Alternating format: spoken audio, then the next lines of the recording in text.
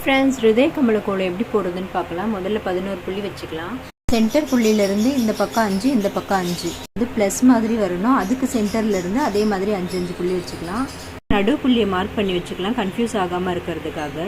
ஏதாவது ஒரு புள்ளியிலேருந்து ஸ்டார்ட் பண்ணிக்கலாம். எதில் ஸ்டார்ட் பண்ணுறோமோ அது 1, பக்கத்தில் இருக்கிற புள்ளி 3, பக்கத்தில் இருக்கிறது 5, 1 3 5 இந்த மாதிரி ஜாயின் பண்ணிக்கலாம். அடுத்தது 2 4, இதே மாதிரியே 1 3 5 2 4 இதே மாதிரி எல்லாமே ஜாயின் பண்ணிக்கலாம். உங்களுக்கு ஜாயின் பண்ண எல்லாமே கரெக்டாக வந்துடும். ஏன்னா 1 3 5 மட்டும் ஃபஸ்ட்டு ஜாயின் பண்ணிவிட்டு மீதி புள்ளியெல்லாம் ஜாயின் பண்ணிக்கலாம்.